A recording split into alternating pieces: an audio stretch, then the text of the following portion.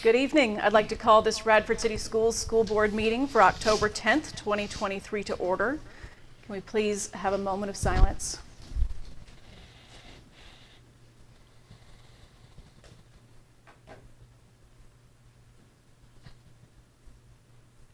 Would you all care to join me for the Pledge of Allegiance? Dr. Ray, would you like to lead us this evening? Oh, sorry. I pledge allegiance to the flag of the United States of America and to the republic for which it stands, one nation, under God, indivisible, with liberty and justice for all. Thank you, sir. Has everyone gotten a chance to review the agenda for this evening? Okay. Yes. Do I have a motion to approve the agenda? Make the motion that the agenda be approved. A motion. Do I have a second? Second. Any discussion? All in favor say aye. Aye. Any opposed? Motion passes. Dr. Collins, do we have any recognitions for this evening? I don't believe so. All right. And do we have a report from our Radford City Public School students? We're very excited to have a number of representatives from our public school system, and I have met several of these students, so I can't wait to hear their remarks, and I thank them and their parents for attending tonight. So we're going to start with McCarg Elementary. If we could have the principal and student come forward, please.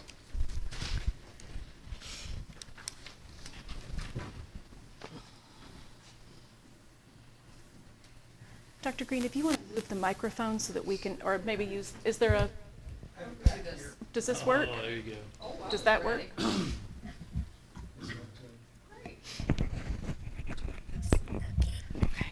So we practiced today because we were both feeling a little nervous. So we were so excited that we get to be here. So I would ask that you introduce yourself for everyone. My name is Mariella Muncie. I am 8 years old and I go to McCarg Elementary. Great. Okay. Could you tell everyone what grade you're in? Second grade. And who is your teacher? Miss Whirl. All right. Now there's our questions we practice. Are you ready? Okay. Tell us, what is your favorite thing about McCarg? I like art because Miss Saunders is really kind to us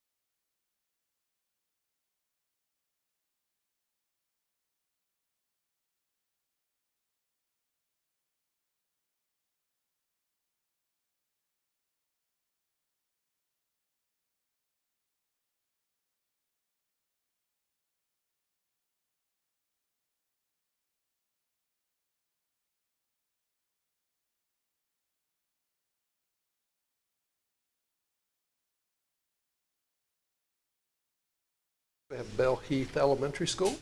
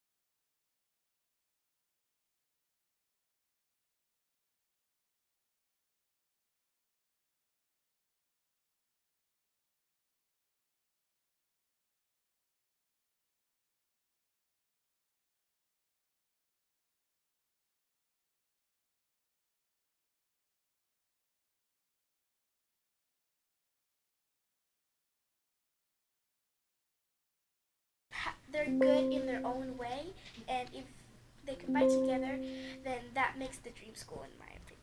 Wow. Excellent. Earn some more points. That's a setup there. Tricia's house is jealous. Thank you so much. Thank you for being here. Thank you. And DIS?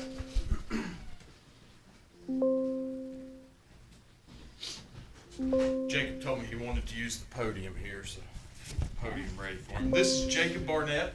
Jacob is a very talented young man at Dalton Intermediate School. He was recently elected as our vice president for our Student Government Association. He plays football, he wrestles, he also plays baseball, and he's in the band. So, Jacob. This is such a privilege to speak in front of you all today. Hi, I am Jacob Barnett, and I am the Vice President of the SGA. The beginning of the school year has been great. We are very privileged to have wonderful teachers and peers. We know we are going to have a good year in the SGA because Mr. Fisher and Ms. Cooper have helped us for years and will lead us to another great year. We would also like to mention that we have a new middle school band teacher, George Saunders. He has benefited our school and helped us bring home a trophy in Class AA first place in music, marching, percussion, and color guard. Class AA overall first place, and Class Single A and AA Band of the Day. And he will help us win more for the years to come. We would like to thank you for helping us get our own band teacher. Additionally, we have 10 plus 8th graders on the RHS marching band, counting myself. Additionally, we would like to thank you for helping us get our own school resource officer. We now have a class named Police Academy, which is run by Mr. Bolin, Mr. Beasley, and the STEM teacher, Mr. Layton. We have such good extracurricular activities such as middle school football team, which was undefeated for the past 2 years. We are glad to have Coach Meeks and Coach McGuire as our football coaches. We also have a skilled wrestling team with Coach Martin. We have a middle school band led by our principal, Mr. Freeman, and our 7th grade teacher, Mr. Fisher. We have a successful basketball team led by Coach Connor and Coach Fisher. We have a great swim team who has competed for our school through the fall. We have a fabulous cheer team led by Miss Layton. We have a developing volleyball team led by Miss Green. We additionally have 2 8th graders on our JV volleyball team, led by Miss Davis. Our SGA was just elected, and we are excited to help design the yearbook and plan the 8th grade dance.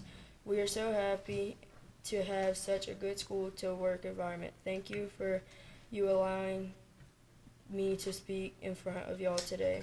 Thank you for your time and support. Great Good job. job, Jake.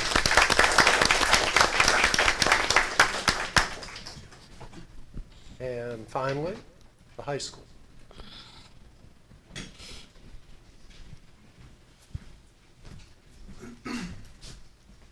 All right, I'd like to introduce, this is Max Knight. Max is a senior here this year. He's a member of our football team currently.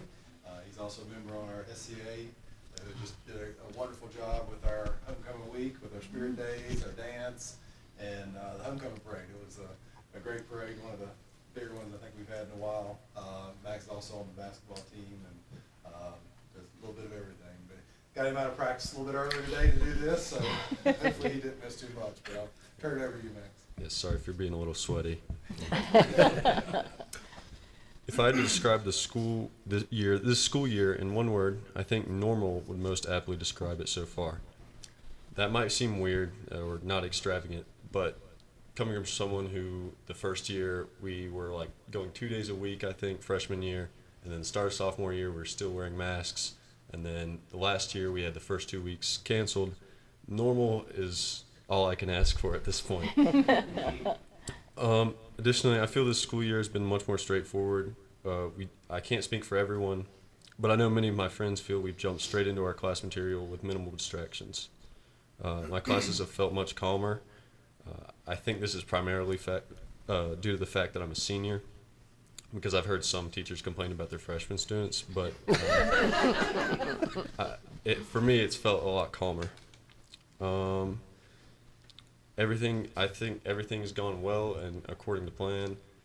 Football's going well. Volleyball's going well from what I've heard. Band is going well from what I've heard. Homecoming went well. In total, I would say the school year is off to a good start as long as we continue our school year with minimal distractions or disruptions. That's it. Thank you very much. Thank you very much.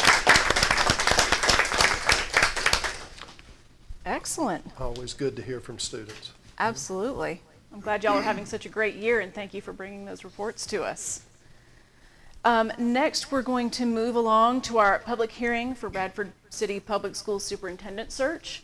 And I'll just give you a little bit of information about what that's to look like. And I want to welcome everybody who's here to have some input in this public session. The purpose of tonight's meeting is to receive input from the public regarding characteristics, skills, or knowledge that the next superintendent of Bradford City Schools should possess. It would not be appropriate to mention names or a particular incident from the past. This is the type of information that's best received in writing and sent to the school board or the superintendent, or to appear at the next regular school board meeting to discuss. Tonight, the comments will be limited to 3 minutes, and the school board is here to listen to the public and will not be engaging in speaker dialogue. We're here, we really want to hear what you all are interested in for your next superintendent. This is, very important, and this is our job to reach out to you all as our community members to hear what you're looking for. Radford City School Board has engaged the services of Real Synergy LLC to assist in the superintendent search process. And I would like to introduce Dr. J. David Martin, president of the firm, to give us a brief update and a timetable for the search process before we begin our public input session. So, Dr. Martin, hand it over to you. Thank you very much. Well, as you know, Real Synergy has been secured to assist the Radford City School Board with the process of selecting your next school superintendent. So part of the process includes multiple ways to solicit input from the school community and the community at large on the skill sets, characteristics, knowledge, and attributes of the next school superintendent. So there are several ways for everyone in the Radford City community to have input. I was here for 4 days and conducted 64 face-to-face interviews of identified community leaders and school personnel. So I want to step aside for a moment because I have 2 stories. The first story is I met with 4 students at the high school. It was supposed to be for 15 minutes, but I was so impressed I was there for 45 because we talked about lots of stuff. And these were very, very bright seniors. My next story, I was at an elementary school and I decided to have lunch. So I ate with a kindergarten class. And which is always fun for me as a former school superintendent. It was either kindergarten or first grade that you could really find out things. So I sat down next to this child and I was talking with the class, and the student next to me turned. I said, he wasn't talking, and I said, what's wrong? He says, I didn't order peanut butter and jelly, I ordered spaghetti. So being the former superintendent I said, well, come on. Picked up his tray and we went up to the line. I had him in tow, and I explained this to the ladies, and they said, oh, that's not a problem. Here's spaghetti. So we come back, and he's eating a little bit slow. So I said, come on now, I'm going to eat all of mine. You have to eat all of yours. And he said, okay. So we finish, and I'm getting ready to go. So I stand up, and there are these 2 teachers behind me that go, and they said, he already ate a peanut butter and jelly sandwich. You just gave him a second lunch. So I went back over to him, and I sat down, and I, had my inside voice, and I said, did you have a peanut butter and jelly sandwich? Well, I only had this much. So I had a lot of fun in kindergarten. But there's a book out, Everything I learned in kindergarten. That should be one of the things. So I will also take the input from tonight's session and code that into the interview data. The next part is the online survey. We had 437 responses. For a community this size, that is unprecedented to have that many responses. Now, what that tells me is the community is extremely interested and they want to be heard. They want their voice to be heard. Trust me, I had to code all those responses and all those surveys. Your voice was heard because I read everything. So from these 3 data points, the school board will develop a superintendent's profile which will describe the next school superintendent. The profile becomes the announcement and the advertisement for Radford City Schools. The school board will have a called school board meeting this Saturday, October 14th, beginning at 9 o'clock in this room, where I will present all of the data that I have received. The profile will be used by the school board to develop the superintendent application, interview questions, but more importantly, describe the next superintendent to candidates, to prospective candidates. The goal throughout the process is to find the match between the profile, what the community desires, and the skills of the successful candidate. This is a confidential search, which means the school board is tasked with reviewing the application and conducting the interviews. If this were not the case, prospective candidates may not apply because it may jeopardize their current employment status. So let me mention at this point that information outlining the process can be found on the school division's website, including the developed superintendent's profile, which will come up, probably be posted after Saturday's meeting, either late Saturday, Sunday, or Monday, but we're going to get it out there as soon as we can. And the job application to apply will also be posted on the website. So you may think, well, why are you going to post the job application? We want all the candidates to come to your website. We want them to look at your website. They want them to look at Radford City Schools. When you see the application, it's a little long because I'm going to ask them, hopefully you'll concur, to respond to questions about what the community already wants in their candidate. So if they say they want a good communication person, there will be a question on the application that you can measure their communication strategies both with internal, external publics. Because we want to, that's their first screening device that you'll see, because we're going to ask them questions that they get a chance to think about and respond to. Currently, there is a published timeline on the website. However, I've noticed that there may be some glitches in the timeline, one of which is some of you will be at the VSBA conference, and there is this thing called a Thanksgiving holiday in there. Who knew? But anyway, I have developed an alternate schedule, which Ms. Long has, and I've left it with her if anybody would like to see that tonight. This is a draft schedule. The board will be considering this on Saturday as well. So they may not accept this one, but there may be modifications where you all will want to make, but that's when we'll publish or republish a different timeline. All in all, I believe an announcement is possible before the Christmas holiday. That's the goal. So, needless to say, this is an aggressive process. But Real Synergy is committed to assisting the Radford City School Board in finding your match. I'd like to thank the school board for the opportunity to really get to know the Radford City community. I have had a great time. I've eaten in restaurants. I've met people. I've been to the Radford campus and eaten at one of the restaurants there. I've met students. You all are very fortunate to live in a community, and it's very obvious from the BP gas station where I eat to BT's on campus. It is really a family atmosphere, and it's very warm. I hope that any prospective candidates will have an opportunity to visit you while their application is in process, and they'll be more committed to finish it.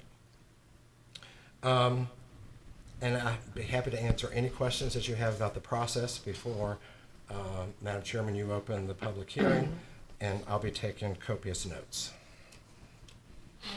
Does anyone have questions for? Chris usually has two for everybody else, and He's not going to ask me anything tonight, I bet. Actually, Dr. Martin, I was just going to say thank you for the time and effort and energy you've already put into this. Then that's it.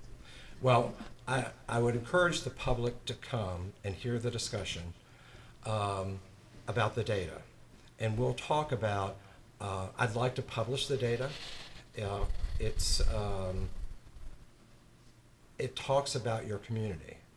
So as you know, the questions I asked were the positive attributes of your community, the challenges of your community, what the next school superintendent needs to look like. The hardest question I asked, which even for the students, now I talked to 4 students and I told them, so you all have been brainstorming on all these other questions, but you need to have a collaborative question. And the student says, okay, give it to us. So the question was, if you could give one piece of advice to the new school superintendent that you knew would aid in his or her success, what would that one piece of advice be?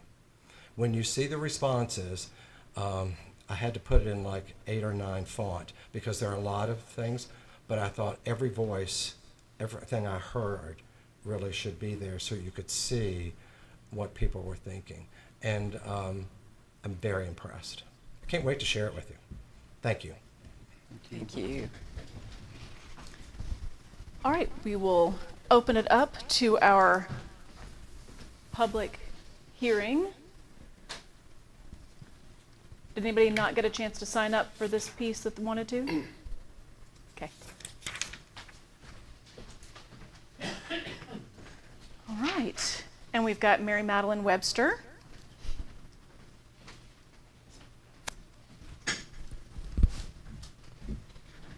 Hello. I'm Mary Madeline Webster. I'm at 314 2nd Street. Welcome, Dr. Collins. You weren't here at the last meeting that I attended. Just a little background on me so that you know the perspective I'm coming from. I was a former graduate. I am a current parent, and I was a former employee as well. So this community, this school system really means a lot to me. So I continue to get out of my comfort zones. I don't like speaking at these meetings, but the reason I do is I just want to remind the board of the requests that our community has made. And I'm here to just make sure that you hold yourselves accountable to what those requests are. And just like, this gentleman said, our community wants to be heard. I love knowing that we had such a great response. I'm only here to make one request, and that's please listen to the outstanding professionals that we have already within our school system. They have a lot of knowledge, and they know what type of leader that we need.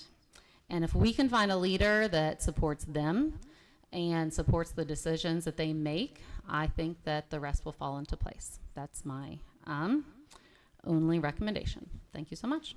Thank you. All right, anyone else? All right, oh. Could you repeat the times for the meeting on Saturday? The meeting this Saturday is going to be here from 9 a.m. until approximately noon. We will have an open meeting time, and then we will have to go into closed for part of the time. Thank you. Thank you, sir. And that's also on the website. If anybody didn't catch what I said, the information about the entire superintendent search is available at rcps.org. All right, thank you so much. All right, moving on to our consent items. Did everyone get a chance to read the minutes? Yes. Okay. Our superintendent's authority to appoint personnel between meetings. Our bills and petty cash reports for September. Our student activities. Our use of school facilities. Did we have anything else? I think that was it. All right. Do I have a motion to approve the consent items? So moved. Do I have a second? Any discussion? All in favor say aye. Aye. Any opposed? Motion passes. All right, thank you. And then moving right into our regular public comment time. Reports, requests, and/or comments by the public, students, and/or school personnel. I will read the full statement. This part of the meeting is reserved for public comments regarding items on our agenda or in regards to Radford City Schools. It is your opportunity to address the board. You're requested to keep your comments polite and courteous. Speakers are asked to express themselves in a civil manner with due respect of the dignity and privacy of others who may be affected by your comments. Speakers should be aware that they may be held legally responsible if they make statements that violate the legal rights for others. For example, if statements are made that are defamatory or threatening. Complaints about specific school personnel are best addressed to the school administration, who will address those concerns as appropriated through existing board complaint procedures. Please remember that you cannot mention specific student names during public comments. Comments likely to disrupt the board's work or prompt a breach of peace are prohibited, and the speaker will be called out of order by the board chair. Please remember that debate during public comments is prohibited. For the record, please state your name and your address. Public comments are limited to 3 minutes per speaker at board meetings, and if anyone wishes to make comments, please come to the podium at this time. We have Colleen Bartos. Good evening. My name is Colleen Bartos. I live at 810 13th Street. I have a few caveats. I learned of this issue just this afternoon, so I'm here tonight because of good timing, but I don't honestly know if this is a board issue. It's just something that I'm kind of apoplectic about. I also want to state that up until now, even now, I've had nothing but positive interactions with the leadership at Radford High School and at Dalton Intermediate. So today, my kids came home from school. I have 3 kids in Dalton and Radford High, telling me that they now have to scan a QR code and fill out a form to go to the bathroom. Apparently, this is some plan to thwart students from vaping in the bathroom, but I have so many questions. What do students do if you don't have a phone? This seems a little classist to me, for there are plenty of students who don't have a phone. Also, I believe there's a rule in school that students are not allowed to have their phone out during the school day. Apparently, there is also a link to this form or spreadsheet that students are supposed to be able to access via their Chromebooks. And what do we do in classes like PE or art or theater or classes that just don't use Chromebooks? Is this spreadsheet open for everyone to see? This seems like a very intrusive FERPA violation. If this is indeed a plan to stop students from vaping, the students who are filling these out, why on earth would they tell you exactly where they're going? Apparently you have to list which bathroom you're using. Do these bathrooms have names? And why would they be honest? They're already being dishonest by doing this in school.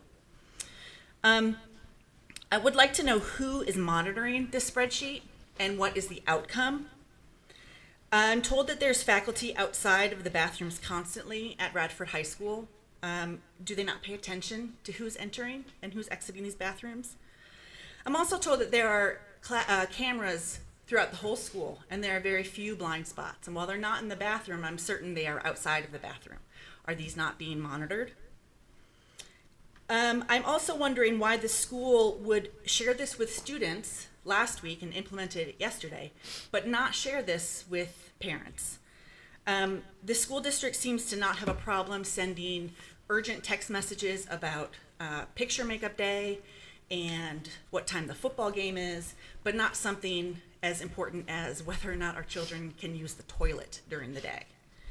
I called the high school today, and the person who answered the phone did not really have any understanding of what this protocol was. And it seems as though teachers are not clear on explaining it to students either. Thank you. Okay, thank you for your comments. All right, and we have a number of public comments that came in online. We have Margaret Seyfried Rezo on 914, and she's at 7 2nd Avenue, Bradford. She says, actually, I meant to do this Tuesday, but forgot to sign up prior to the meeting. My daughter went through the school system. My grandson is in it now. I taught 8th grade history at Dalton 1 year and coached track and cross country for 5 to 6 years. First, if Dr. Collins is the same Dr. Collins who once worked for Synergy, that fact, for the sake of transparency, technically should have been disclosed. Second, is Mr. Ray still on the school board? He's missed the August and September meetings. How many meetings can be missed before someone is no longer considered a board member? There's usually such a number. Third, I participated in at least a dozen searches and headed 2 or 3 of them. None of them did we make a decision right after hearing presentations, even though we possessed and had read written proposals. Finally, do you have bylaws by which you operate? If you do, can you post them? If you don't, you should really write some. Then we have a comment from John Henderson, 2011 5th Street. Comments, I would like to address the issue of single-use plastic. The school cafeteria serves many single-use plastics, which can have many negative effects on the planet. One way to combat this is recycling these plastics or other waste, or using reusable wares. And then we have a comment from Denise Matthews, October 8th. She's at 1709 4th Street in Radford. I'm wondering what happened with the former superintendent. Perhaps there was something in the paper about this. As this is a public elected body, a comment on why the superintendent left would be most appropriate and logical. And then we have some longer ones that I think didn't hit the 750 word mark, but I will read them as best I can. On October 9th, 2023, Anna Geddes at 8620 Mystic Road Court in Radford. We're just now about a quarter into the 23-24 school year, and I'm hoping by now you have all seen, witnessed, or heard the significant disruptions caused by this year's bell schedule. I recognize that it has had a substantial impact on many families, and I remain committed to expressing my own frustrations. We are a dual working parent home and outside the city limits. Therefore, we do not have bus transportation. The kids and I are on our way to our first of 3 school stops by 7:10 a.m. It's crucial to emphasize that every minute counts, given the limited time available before the tardy bell rings. Our first stop is my daughter at the high school, and I'm going to edit as I read a little bit, talking about the traffic backed up on Scott Street with a limited window to get students to the different schools. The situation after school is equally challenging. Fortunately, we have supportive neighbors that share school pickups, and I can work extra hours when needed because there's no after-school program either. Additionally, the 12:30 p.m. release on Thursdays is extremely challenging for working parents to manage altogether. In summary, buses arrive at schools after the tardy bells have rung, and students often feel rushed and disoriented, and those who need breakfast may not have sufficient time to access it. The lines for morning drop-offs and afternoon pickups are excessively long due to the absence of before and after school programs to alleviate the number of car riders. On Thursdays at 12:30 p.m., kindergarten through 6th grade children are being bused home to empty houses because their parents are working. Is this a safe situation to consider? I'm aware that the school did not receive the grant funding for before or after school programs, but where was the contingency plan? Why was there no plan B or plan C in place to seamlessly transition to if the grant was not awarded? While I understand that it's challenging to satisfy everyone, I genuinely believe that we can do better than this. Next is another one that is a little long. I may have to edit, by Desiree Beasley on October 9th. She lives at 404 Todd Street, Radford. I have one child in 2nd grade at McCarg and one in 4th grade at Belheath. Every year their teachers have been nothing short of amazing. Each teacher has cared for my children on an individual level, tailoring their education and support and guidance based on their needs. I have no doubt this is being done for every child. Many of my children's teachers have continued to love and support them beyond their time in their classroom. Lifelong relationships are already being made. For this, I'm forever grateful. I want to take a minute to acknowledge the amazing teachers who we've crossed paths with and who know that I support them 110%. But today, I'm sharing my disappointments that continue to unfold with RCPS admin. During the last board meeting, it was shared that the Early Risers program and its funding was soon to run out at the end of September. Well, the funds are gone now, and so is the program. Early Risers have been an important option for my family to allow us to get to work on time, thus allowing us to leave on time to start the evening shuffle on after-school activities. Early Risers also became an important way to ensure my children arrived at school on time without having to ride the bus for at least 30 to 45 minutes in the morning, only then hoping to get dropped off on time. When we had to start paying, Monday, October 2nd, enrollment went from 78 children, as reported by Ms. Denny at the last school board meeting, to approximately 10, according to my children, based on the number of kids that were there with each of them in the morning. By Thursday, October 5th, we had notification that the program was canceled due to low enrollment. What did the 68 children's families do who were attending? Now we're back to square one, 9 weeks into school, figuring out before school transportation. Next is about the bus routes and availability, or lack thereof, to get kids to school on time. One of the main reasons I alluded to earlier was about not using the bus in the morning is because the bus wouldn't get my oldest to Bell Heath until almost the tardy bell. This isn't just an issue with our bus route, but others too. This is not appropriate. It impacts the teacher's instructional time as well as my child's time to come in, get settled, and ready for the day. Who likes to be constantly rolling in the last minute all the time? I know my child would be very upset being late due to no fault of their own. What are we teaching our children about accountability, even if the school system can't get them there on time? And this goes on to talk about after-school care being not fair to their husband and themselves who work. In closing, if we expect our children to do and be their best, we must help set them up for success, but time and time again, I feel like RCPS is failing them and their families. Experiencing and recognizing the amount of time it took to adjust the bell schedule for this school year, I urge you to begin reviewing the bell schedule, including drop-off time frames for all schools for next year, now. Start having conversations, sending surveys, planning meetings, and reviewing bus routes, whatever needs to happen to both meet the needs of teachers, staff, and families. Because what's in place right now is not working. Let's work together to be proactive and not reactive for next year. And one last one from Ashley Frost from this afternoon from 2728 Eagle Drive in Draper. Hi, my name is Ashley Frost. I'm currently in my 3rd year of teaching, all of which have been done in Radford City. Go Bobcats. I worked with the wonderful McCarg team in kindergarten for my first 2 years of teaching, and I'm currently at Bell Heath teaching 4th grade this year.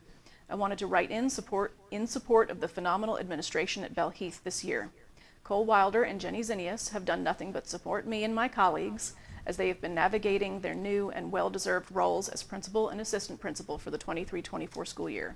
Teachers have heavy workloads, and this is something that I learned fairly quickly in my first year teaching. The job is never done, and even in my personal life is taken over in some ways. I find myself constantly thinking about my list of responsibilities and students that have massive learning gaps, which I am supposed to help close. Throw in duties, lesson plans, parent emails, phone calls, meetings, etc., and it can become overwhelming easily. While all these things are still relevant in my 3rd year of teaching, Cole and Jenny have lightened the load tremendously. Our administration has gone above and beyond in all areas. I actually leave at my contract hours most days of the week, which I've never been able to do. If I have concerns, behavior, academic, or well-being about a student, they are addressed appropriately and almost immediately. Meeting times are limited, but used productively. Believe it or not, I have left staff meetings smiling and feeling less stressed out. And they have done such a wonderful job creating and facilitating positive school climate for teachers and students alike. I know they must be tired at the end of each day, but I do hope they both know how much we appreciate them and all their hard work. School is love. So there we go. Thank you. Thank you. Thank you for everybody who wrote in. And next we have our report of the superintendent. Thank you, Madam Chairman. We're going to move right into academic school improvement planning. I want to turn that over to Ms. Denny. So I think there's a packet in your, Yes, ma'am. or a document in your packet, so that you can follow along. Do we have that? Accreditation report. Is it? Oh, okay, Yes. got it. Thank you. Is it down here? Desktop or just down here? No, it's right here. Oh, perfect. Okay, Carrie. Thank you. there we go. Okay. Can we make it? Nope, no. Okay, let's see. Oh. Oh, not that, I don't like that.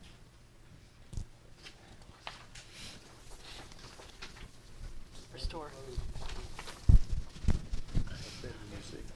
Okay, we'll go out and try again. Okay, I'll use this. You get it? Okay. Okay, it's gonna go slow. Getting the hang of it. Actually. Okay, so what I gave you And what will be posted after it, this is a draft, I didn't put draft on there, but there will be some things cleaned up from it, is actually everything from Radford City, all their scores, and as you can tell, I think we did really well last year. We know that the governor has come out with his All in Virginia plan, which talks about high intensity tutoring, and we're working on getting there. Are you gonna make it? Oh, here you go. Thank She's got you. it. Can I, you want to give it to me? We spent today with Bell Heath admin and Dalton admin talking about it. It's a 3rd through 8th grade initiative, except we have gotten information that we can use. There we go. Okay. It's doing it's just slow. Very slow. There Okay. we go. All right. That we can actually spread it to literacy and to the high school for math, which is something we want to do. So each school has their own accreditation. Every school is accredited. The first one is McCarg. They are a sister school to Bell Heath, so their scores are all Bell Heath score except for chronic absenteeism. We're at a level 2. I think we can work on that. Everyone in the state's working at it. The governor is throwing 10% of his $418 million toward chronic absenteeism. But you can see that the gap groups are doing great. There are lots of schools that are struggling with that achievement gap. And I can tell you that Bell Heath really, really decreased the achievement gap last year. We're very, very proud of their progress. They are all in green. And actually, we've encouraged them to apply for the Distinguished Title School, which is a pretty big accomplishment. So we're very, very proud of that. They worked hard. We know at the middle school, and Darden and I started looking at other middle school quality profiles today. Lots of middle schools are hitting the same wall we're hitting, especially with students with disabilities. And so that is an area that we've got to really focus on. And this tutoring money that's coming our way we will be targeting students with disabilities and other gap groups. Obviously, this is an area of concern, and I'll show you what we're doing. I'm going to show you our goals and whatnot when it comes to that. At Bradford High School, our problems last year were in math. We made pretty good gains in math, but we can't really sit on that and feel good yet because we split algebra into 2 sections last year for certain students. So in 9th grade, they had algebra part 1, and in 10th grade, they have algebra part 2. So this year, they're taking that SOL test. Again, we're going to do tutoring for those students as well to decrease the achievement gap, especially with students with disabilities. This is Radford Virtual School. So many schools wound up in level 3 with this new report, which is called College Career and Civic Readiness Index. Lots of people were screaming like, what is this? It kind of caught everyone off guard. We were lucky enough for our high school school counselors and Jamie Little, Margaret Sproul, Brian Dye, and the admin to scrub that data, and it pulled us up. They didn't get to it fast enough. I think they're working on it now. The numbers just didn't populate right. There were some mistakes, and we got those cleared up, but we'll be working on it too because we are in a level 2 in that area. But the virtual school has some issues as well with students with disabilities, and so they'll have to do some work as well. So this page, basically, what it does is it shows our scores historically coming into this year. And then what it does is what we need to do to increase. When your scores are up at 94, that's really good. I mean, but you never want to stop striving for even better, because when the total group, when tier 1 instruction is strong, everyone moves forward. So we still create goals even for these big groups. So this is all students. These are very, very important. If you score below the 75, 70, 70, 70, you go into academic review if you land in level 3 in all students, and you can imagine why. That's a pretty big fall.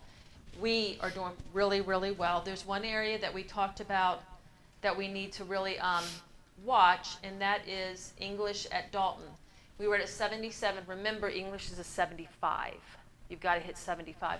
So we want to move forward away from that. We don't like to get too close to 75. So they have, for all students, they'll look at a 4% increase. So these are the increases, and this is the target percentage we want to fall out when everything's said and done. So you have that in front of you. It is interesting. You can see a decline a little bit in science and history.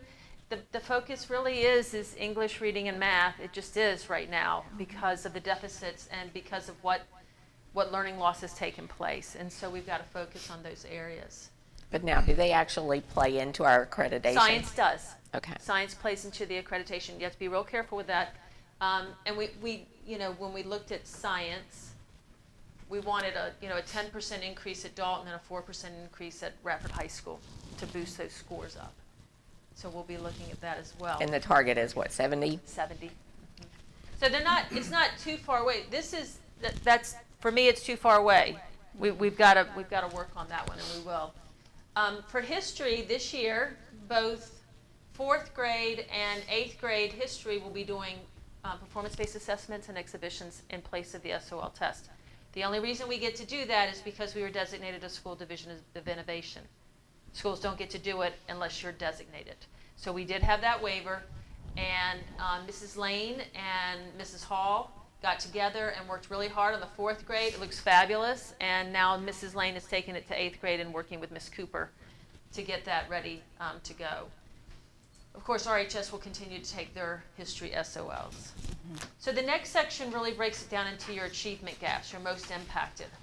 And these are really, really important. And you can see, if we're looking at English, you know, when you're looking at special education, you can see the increase that Bell Heath and McCarg had last year. That's a huge step in the greatest direction. We're really struggling right here. We know that students in middle school right now have lost a lot in the last 4 years. So we're just helping them to move it back up there. RHS is doing really well. We talked about you can't get real comfortable right here. Every school will take the piloted integrated reading, writing SOL test this year. It's just piloted. Next year it becomes real. And I don't know if the English performance-based assessment will go away. And so performance-based assessment does definitely impact this score because we're doing all the writing and grading it as a body of evidence, and our children just do better on it. So we want to really watch this. We still want to keep growing that, especially this year when we know that next year that test might be gone away and will be replaced by the IRW. These scores, though, are just, you can look at them. There's a few things that I wanted to show you. Okay, when you're looking at an achievement gap, and you look at how do they improve, it can be kind of hard if they're going past all students. So these, you have to read the document a little bit more. Because this score, either you wanted it to be close to the all students or make a jump. Wait a minute, hold on. It's this score. It's right here, this one. 100%. There's not, I don't know where you're going to go. So that one you either you maintain it or you get a little bit better. When you're looking at the 91 and some of the other scores, many of the scores meet the accreditation, which is beyond 75, 70, and 70 in the all students, but you still want to make gains. The Department of Education continues to look to see what gains you're making. So a 1% gain when you're past, the expectation is a gain. And so you still want to keep working to go farther.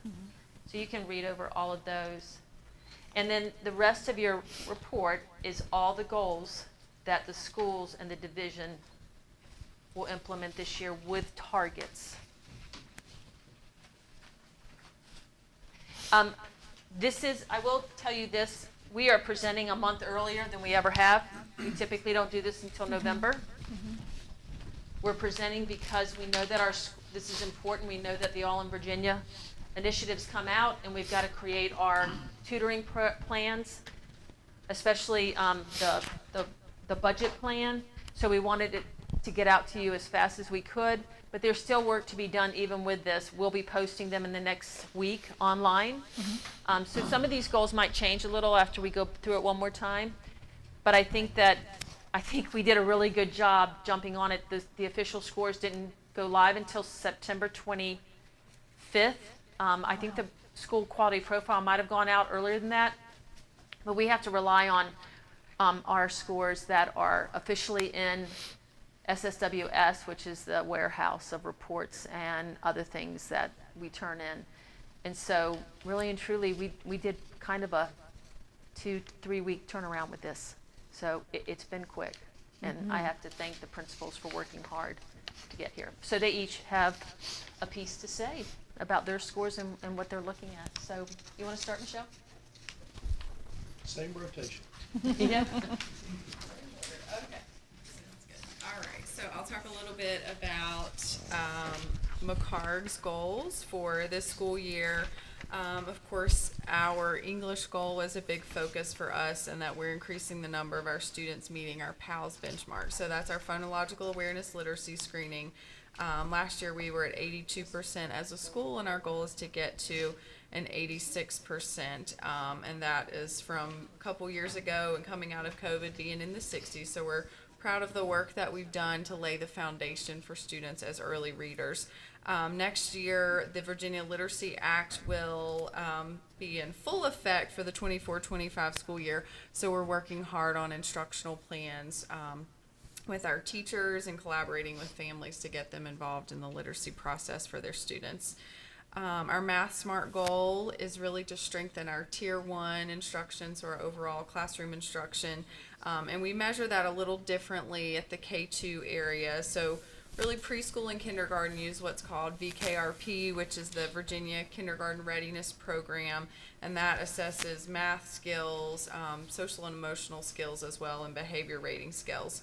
And then our first and second grade students use, it's called NWEA MAP. We did use MAP testing last year as well, which is the measure of academic progress. And this is a nationally normed reference test. So this is a growth assessment, so we're able to see really where our students are starting and then where they're going with the overall goal of growth, but high growth. So when they get to third grade and beyond, then they're really showing some great math skills. Our science goal is really to just strengthen our Tier 1, our core instruction, that our students really aren't tested again, and there was a typo there, until they're in 5th grade. However, our goal is to provide that strong Tier 1 instruction so that we can see that throughout the grade levels.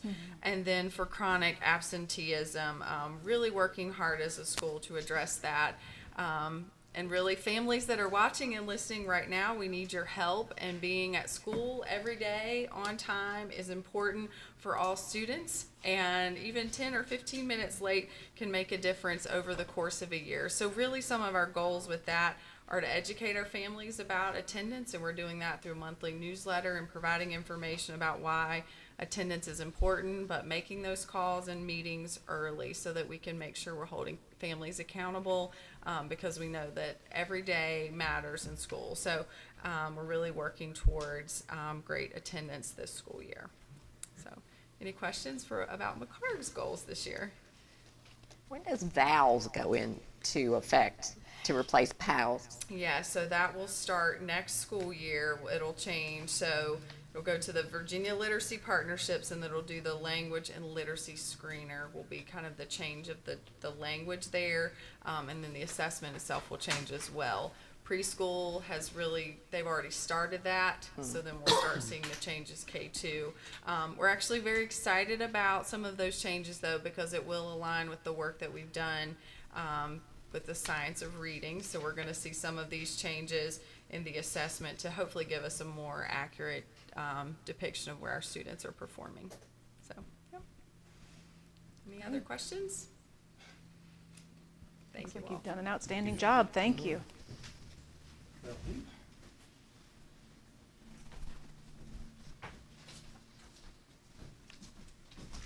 All right, I'll kind of do what she did. I'll run through our 4 goals, our 4 areas, and just give you a little, highlight for each one.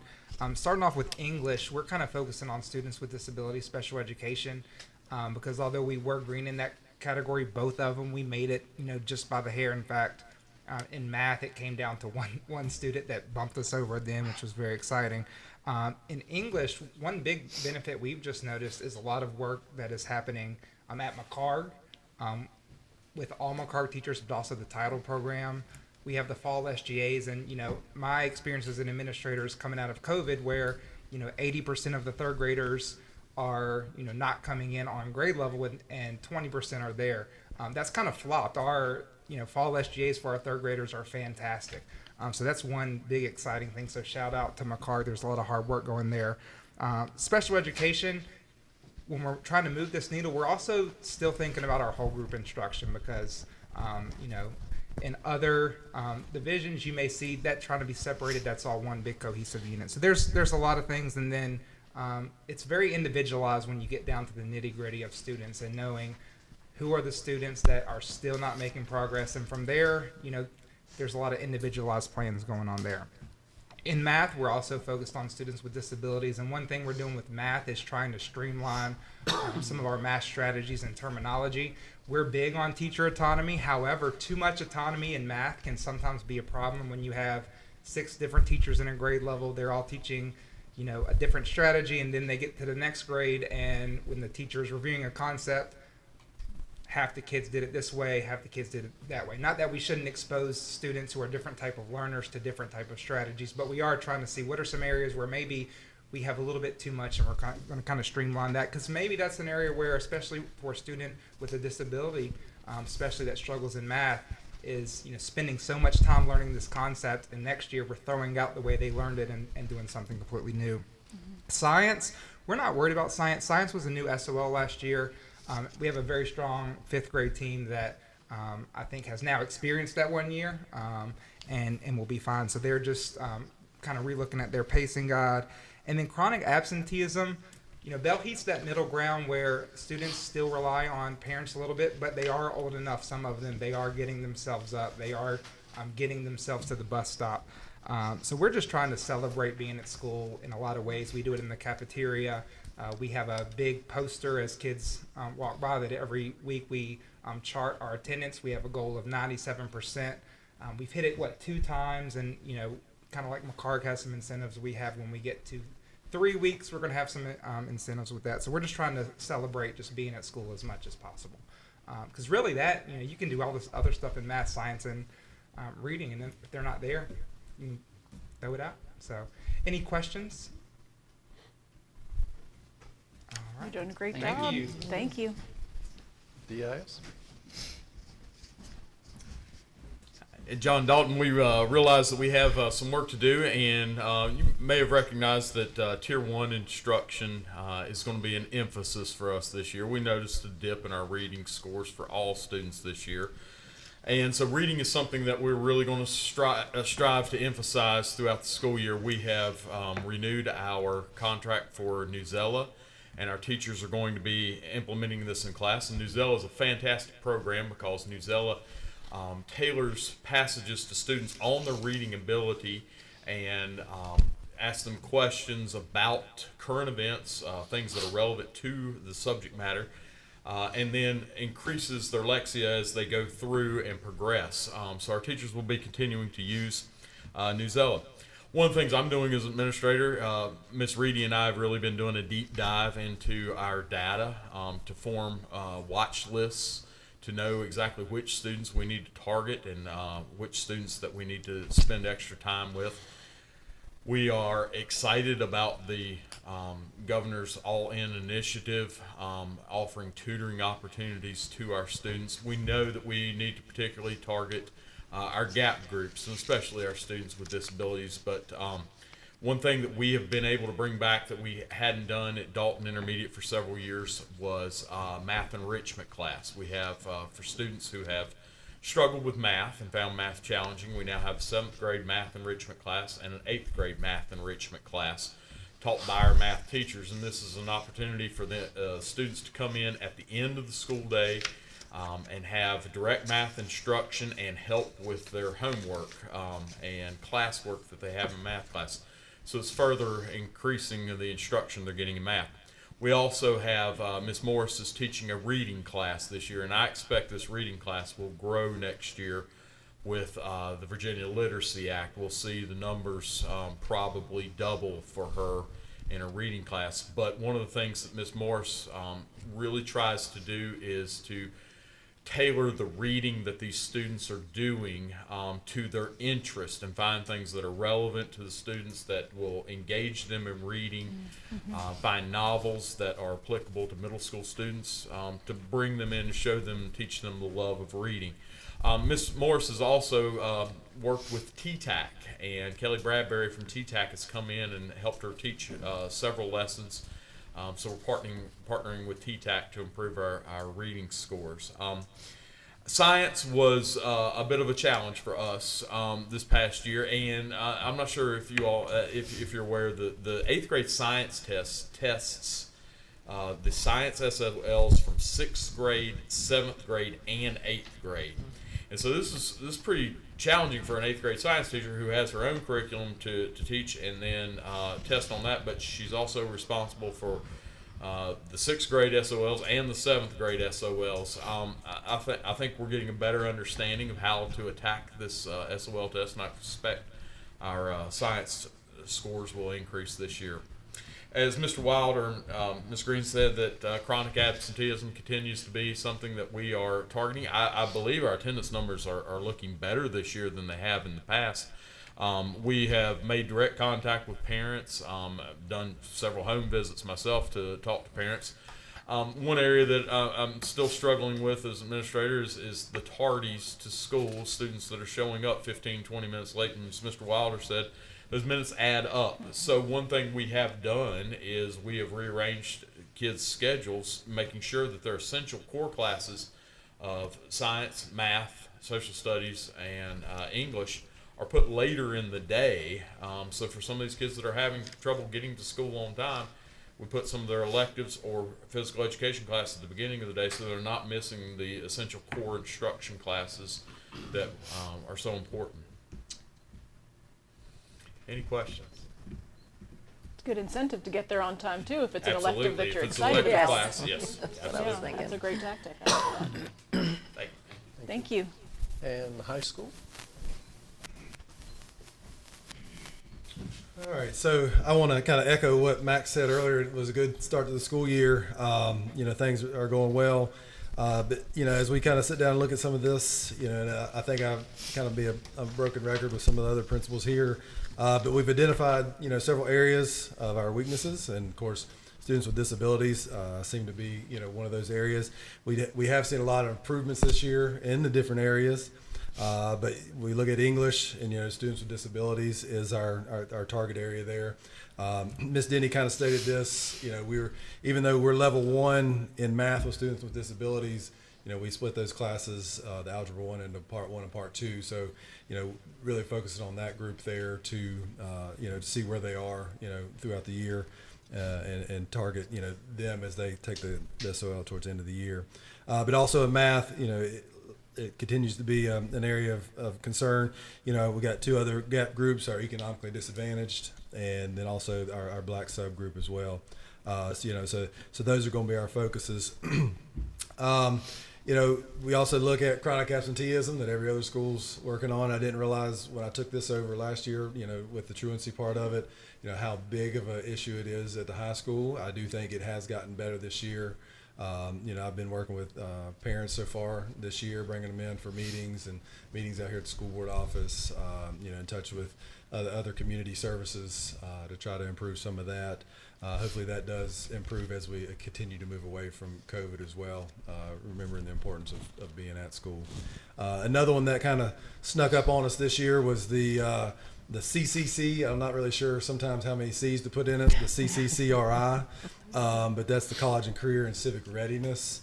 Then I sat down with Miss Mosby the other day, and we were talking about some ideas and some plans to put with that.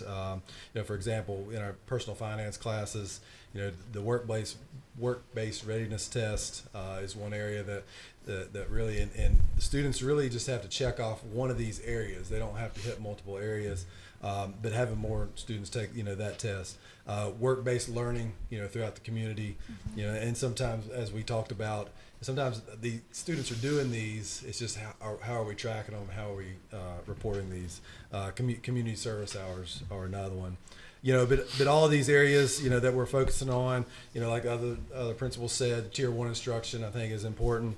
We have Mr. Sellers back here has been working with our school community grant with Miss Little to provide some after school opportunities for students to come in and get work done and remediation and some tutoring. Ms. Denny did send an email today about the tutoring. We weren't sure if the high school was going to be included in that, but it does sound like we will be. So we will, work on a plan with that. But really creating the watch lists of the students that we really need to focus on. Working on, having data meetings to see where these students are and where we're progressing on the watch list. I think using Master Connect throughout the school where we can have the quick snapshots, the assessments that really give the feedback to the teachers on this. And of course we talked about the tutoring, and then of course the use of the night school as well. So, any questions? Going on. What's that? A lot going on. Oh yeah, it definitely is. It's been a busy year so far. So, Yeah. Thank you. Great. Thank you very much. Anything to summarize? I think we're good. Okay. In your packet, you will see enrollment report. This is year-to-date days taught. So it's the report that you will see for September. So shouldn't be any surprises there. I think we have more it's online, students. I think. Oh. I think that report's online. I don't think it's in our.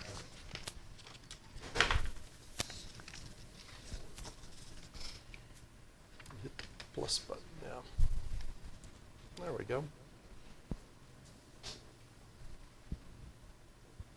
So to the left, you'll see days taught, and of course this is September, and you look at enrollment by school, some virtual students, and other indicators that you may find interesting. Of course, this will continue to change month by month, but we'll update you at each board meeting. All right. So our in-person students and our virtual school students are about level now.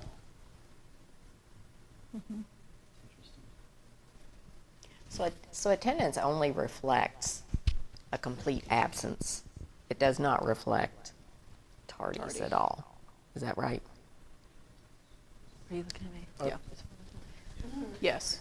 Yes. I would think so. You yes. need to Yes. actually talk to the Okay, principals okay. about that. So if a student's tardy, they are tardy, not absent, correct, folks? That's the way I look at it. Okay.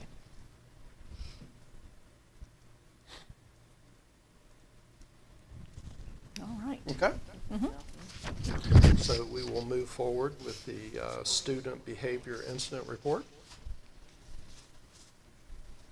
Can you call that up for us? That's all right. When you're dealing with technology, we are accustomed to it being instantaneous. And so wait time, I experienced this as an instructor, wait time is golden. I think they were not very good operators. Okay.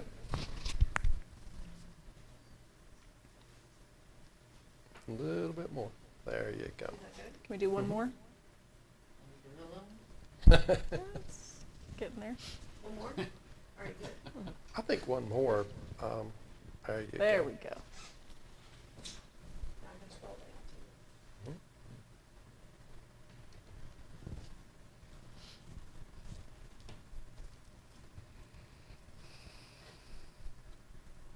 Of course, there's not a lot to compare it to at this point since we're early on in the school year. Correct. This is an initial report. If you look at the bottom, you will see some totals. I will say that our administrators are very proactive when it comes to working with all students. There are numerous strategies in place to assist students. I actually witnessed one yesterday. A student, instead of acting out, came to an administrator and said, "I'm having issues today," and the administrator directed that student where they could get assistance. And so there's all kinds of things that are being proactively done to not have a situation where a student has a major infraction and has to be given consequences. That's probably the best way to say it. Okay, thank you. Moving forward, we have some information.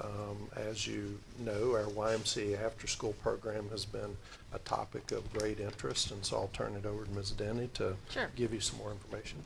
So I met with YMCA last week. They are making progress. It does take a number of days to get a site licensed, but they are working with the VDOE, and hopefully that will start going through. We've got to get the blueprints of Bell Heath, where it will be held, and some other things. They're also working with the Richmond YMCA to help with paperwork and subsidies for families. Ryan is still looking for a coordinator. We've had one application come in, and we have no tutoring applications right now, but they're doing other things on their end to attract workers. There are 2 after-school program meetings next week.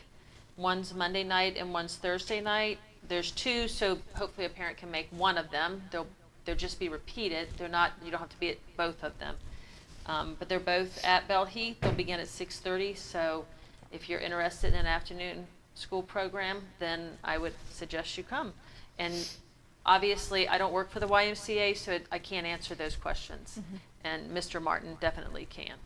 We invited a representative here tonight, and they had a conflict. Is that correct? He did. He did have a conflict. He couldn't get here tonight. What time is the meeting? 6:30. 6:30. Yeah. And we're sending something out to that effect?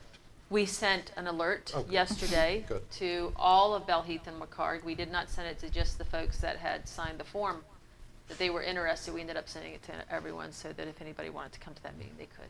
Okay. And if people are interested in applying for the director or the Yes. We have an tutoring. application on our site for both for coordinator and tutor. Yeah. Okay, so people can head there if they're interested in applying. That would be great. So this remains a work in progress. We are hopeful. We will update you as we know more. Great, thank you. And moving right into early risers. So as you know, we had 78 students attending Early Risers for August and September free of charge. So once we put out what the payment was, and basically it came to $2.70 a morning, it dropped to actually $12. We ran it for a week at no charge to those families to see if we could pick up more. But we only had 5 at McCarg and 7 at Bell Heath. So it was between 1 and 2% of our population that wanted it. I personally observed it a couple of days myself. And we did go, I said, if we can make 19, if we could have 19 students in it, we could make it work. We could get by, break even, and we couldn't get to 19. So that's where I'm at. Okay. Thank you. Thank you for putting so much work into that. Try to make it work. Thank you. All right. Reports of board members. Ms. Swing, I know you had something to share with us. Yes, November 15th through the 17th is the School Board Association Conference in Williamsburg, Virginia. And at a previous meeting, the board voted that I would attend as delegate and Jenny would attend as alternate. At that meeting, there are proposals that come up to be voted upon by the delegates in attendance. Each of you has a copy of the changes that are to be voted on, and I ask you, could you please review those over the course of the next week? And email, text, Facebook message, whatever, me your yes or no vote, or questions or whatever, so that Jenny and I can then look at them together and decide what the one vote will be cast that represents Radford City School Board and not my personal opinion. Thank you very much. And I think this is available for all folks to be able to see if they're interested. Yeah. I'm assuming on their copies. But I feel like online, because it's a VSBA change in policy that it should be available for the public to find online at the VSBA website, shouldn't it? Or not yet, since it's a proposals? We will check. If we can make it public, we will put it on the website. If it is something that's an internal governance type of thing that we're not allowed to do so, then we won't. But we haven't had it. Yesterday was a holiday, so, you know, some questions didn't get answered. We'll figure that out. Okay, thank you very much. All right, does anyone else have new business to share? Madam Chair, just a couple things. To reiterate what was mentioned earlier by one of our student representatives, a huge congratulations to the best band in the land, our Marching Bobcat Band. September 30th, they actually went to the Star City Classic competition, and band competition is kind of like the playoffs when it comes to the world of the band.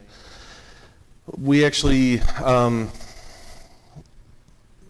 percussion took first place, auxiliary, which is color guard, took first place, visual effect took first place, music took first place, overall took first place. And for Class A and AA, the band actually got first place and band of the day. So literally a clean sweep. If there was an award, our band took first place. So they earned the title, as always, best band in the land. It truly was remarkable. And for anyone who's not aware, these events are all day. Many people, the volunteers and the students, often start at 7 in the morning. And I think we actually got back into town about 11:30 that night, and it was close to midnight by the time we actually all got back home and settled and all. So it really is an all-encompassing event. It takes a lot of hands. It takes a tremendous effort, and our community really pours out the love and shows that, as we do with all of our events. But it's amazing to see the people who just really come and volunteer every week after week after week, and they travel on our own dime and do the things we need. So everything that you see in the concerts and the auditorium, it literally gets packed up in the trucks, loaded, unloaded, moved, and done away. And meanwhile, people are still, everyone in the schools, God bless you, you do it every day, but a couple times a week I get to go out and try and help herd everyone into one location. Said, okay, come on, let's go. And it really is amazing to watch, and it's an honor and pleasure to be involved in it. So that was phenomenal. And two other things, actually had the chance to be in McHarg Elementary and Dalton and the high school recently for the Lions Club volunteering for eye screenings. Amazing to me that our school's a resource I don't know that we all take advantage of. It's called spot machines. The Lions Club actually comes in, they were actually able to help associate with the schools and get these machines at each one of our schools. Every school has one. Looks like a digital camera, identifies 21 different eye potential disorders in a matter of 3 to 5 seconds. And they're phenomenal for students with disabilities or non-auditory students, things of that nature. You don't have to worry about, can you see this? Is this better 1 or 2? You don't have to worry about any of that. Literally, it's just look at the bright light, listen for the bird chirping. Great, there you go. And we're off and running. We scanned over 300 students at McHarg, and we scanned 266 students at Dalton in the high school in a matter of 2 days. Wow. We did recognize, and we actually save all that data on thumb drives. That goes back to the school nurses. They do a wonderful job working there to then send letters home to families, because sometimes what we think is a student struggling with a concept is just a student can't see. Or they have a migraine because their eyes are tired, and we need to identify that. It's a free service that's offered by the Lions Club in our community because we do want to give back, and that was absolutely awesome to see. Thank you to everyone in the schools. You guys are great. It was fantastic as a volunteer to see that the coordination efforts and everything it rolled like clockwork. And like Dr. Martin's experience, my girls are at Dalton in the high school. I love you guys, I really do, but McHarg, you guys have got my heart. Because when you have a student who walks up to you and you check their eyes and they look at you, can can I give you a hug? Like, here's a hug, here's my car keys, take my wallet, whatever, just, oh. So it's great to get out and give back that way. I just wanted to say thank you to everyone for that, and also to share that these things it's a whole community working together. It's fantastic. Thank you. That's great. Anyone else have any new business? We did have a virtual school meeting recently. I will say it broke a record for the fastest board meeting I've probably ever been in. Dr. Collins got on and introduced himself, and we're adjourned. It's basically how it Oh my went. gosh. So, that's good news. That means things are going well. It was my interpretation. There was not a lot went on, to be honest, but just letting you guys know that we are represented there. And what about the golf team today? Did Yeah. they bring home a... No formal news. How's Oh, that? okay. Okay. But we do want to recognize our football team that is just killing it. And so we're super excited about them, and I hope that they continue on with this record. And along with that, homecoming was outstanding the whole week, and everybody who worked so hard at all of the schools to get the kids, excited about being a Bobcat. That was really wonderful. So thanks for everyone who put the Spirit Weeks together and the dance together, and it's really a wonderful opportunity, like Max was saying, to have some normalcy. So that was really fun for those kids to be able to do that. So thank you for everybody who spent all the extra hours putting those kinds of events together. Yes. One more. Yeah. Last week, I just wanted to share, I listened to a live webinar with Dr. Lisa Coons, the Virginia Superintendent of Public Instruction, and she talked about a lot of things that I've heard mentioned tonight, the all-in plan for helping to recover learning loss, and about the funding for that. Also a program called ZERN that can be used to support math tutors and help with collecting data and planning for those students. She talked about recruiting tutors and accelerating background checks for them so that they can get started. And then she also talked about the problem with chronic absences and how those numbers have actually doubled at the state level anyway, resulting in lower test scores, particularly in our subgroups. So it was interesting. The chronic absenteeism, I still find this hard to believe, but I'm going to tell you this, that Matt Hurd told us that Radford was one of the top ones in the state for the best attendance. Great. Which only, you saw we have three schools in level 2, one in level 1, which if that's the case, you can imagine what other schools are really dealing with right now. Yeah. So. All right, thank you. All right, moving on to our action items. We have the appointment of the agent for 23-24. You want to talk about this? Sure. Our former agent, our current agent, she has moved into a different position, and so we'd like to recommend Jonathan Hamilton, who is the office manager out here and took the previous agent's position. So that's why, and he has been working hard to be trained on how to do that job and is doing a good job. We'd like to recommend him. Okay. Do I have a motion to approve Jonathan Hamilton as our agent for 23-24? So moved. I have a motion. Do I have a second? Second. Any discussion?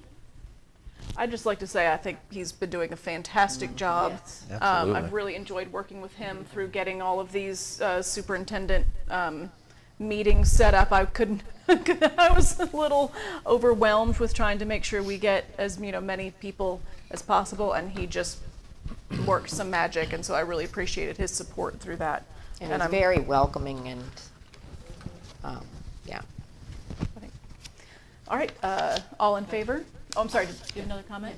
No, I just said vote. All in favor? Say aye. Aye. Any opposed? No. Motion passes. Thank you. Thank you so much, Mr. Hamilton. Surplus. Do you have the list of calculators? So from time to time, we will bring you a recommendation to surplus items. In my past work, that's 1 year at a time. We'll put a list together of items that are not usable, and those would be typically in the spring as we are sharing with you. There are various pieces of furniture and different kinds of condition and so forth. But tonight we have some calculators that have outlived their usefulness with us, and we have a group that is interested in these calculators, and this is certainly something a teacher has worked on, and we've had a lot going on, so this was given to us last month, but we're bringing it to you this month. And so these calculators we would recommend to be identified as surplus so that we can move them on and give them a useful life in another situation. That sounds good. Where would that money, where would that $2,000 go? Back to the math department, or? We haven't really talked about it at this point. I think they requested that it be Well, sent back to and certainly we will honor that request. Makes a lot of sense to me. All right. Do I have a motion to approve the surplus report? So moved. Do I have a second? Second. Any discussion? All in favor say aye. Aye. Motion passes. Thank you. Thank you for bringing that to us. Any other action items? All right, we need to go into closed meeting. Jody, can you help us out with that? Sure. Under Virginia Statute 2.2-3711, closed meetings authorized for certain limited purposes. A, public bodies may hold closed meetings only for the following purposes. I'd like to make a motion that we go into closed session for purpose number 1, discussion, consideration, or interviews of prospective candidates for employment, assignment, appointment, promotion, performance, demotion, salaries, disciplining, or resignation of specific public officers, appointees, or employees of any public body, and evaluation of performance of departments or schools of public institutions of higher education where such evaluation will necessarily involve discussion of the performance of specific individuals.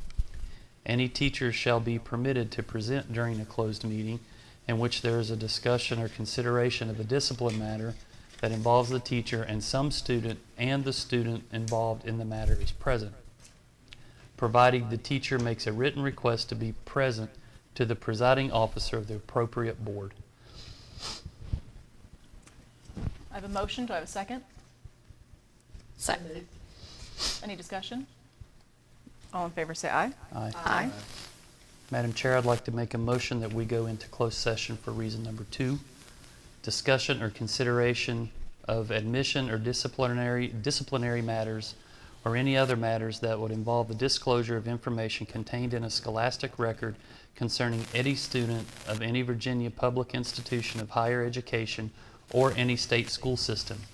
However, any such student, legal counsel, and if the student is a minor, the student's parents or legal guardian shall be permitted to be present during the taking of testimony or presentation of evidence at a closed meeting if such student, parents, or guardians so request in writing and such request is submitted to the presiding officer of the appropriate board.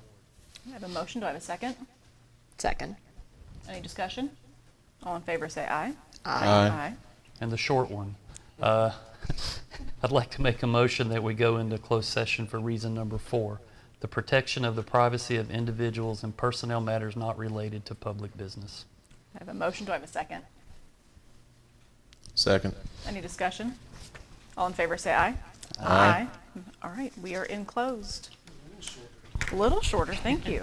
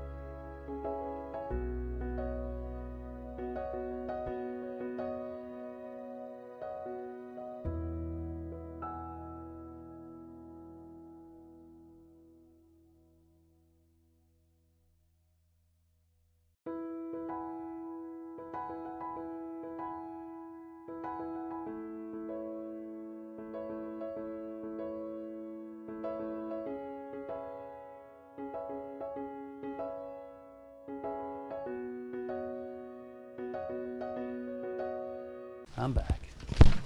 All right. I need a motion to convene in regular session, please. So moved. I have a motion. I have a second. Second. Any discussion? All in favor say aye. Aye. Back in regular session. Dr. Ray, can you certify our closed meeting, please? Yes, I would like to make a motion that we certify the closed session, that we went into closed session to discuss reason number 1. I have a motion. Do I have a second? Second. Any discussion? All in favor say aye. Aye. Madam Chair, I would also like to make the motion that we went into closed session to discuss reason number 2. I have a motion. Do I have a second? Second. Any discussion? All in favor say aye. Aye. Madam Chair, I would like to make a motion that we went into closed session and discussed reason number 4. Motion. Do I have a second? Second. Any discussion? All in favor say aye. Aye. Motion passes. All right, moving on to personnel matters. Do I have a motion to approve personnel matters report 1.0? So moved. Do I have a second? Second. Any discussion? All in favor say aye. Aye. Motion passes. And our tuition students, do I have a motion to approve tuition student report 1.0? So moved. Have a second? Second. Any discussion? All in favor say aye. Aye. Motion passes. Don't think we had anything else. All right, the date for our next regular board meeting is November 7th, 2023, 6 p.m. here at the school administration building. Note that this date is 1 week earlier than normal, and it will be on election night. We are aware of that. We usually have our meetings on the second Tuesday, but we had to move it because some of us will be at the School Board Association conference in Williamsburg that week. We also have a special called meeting this Saturday here in the school board office at 9 a.m. To put together our superintendent search profile. And so folks are welcome to join us here Saturday morning at 9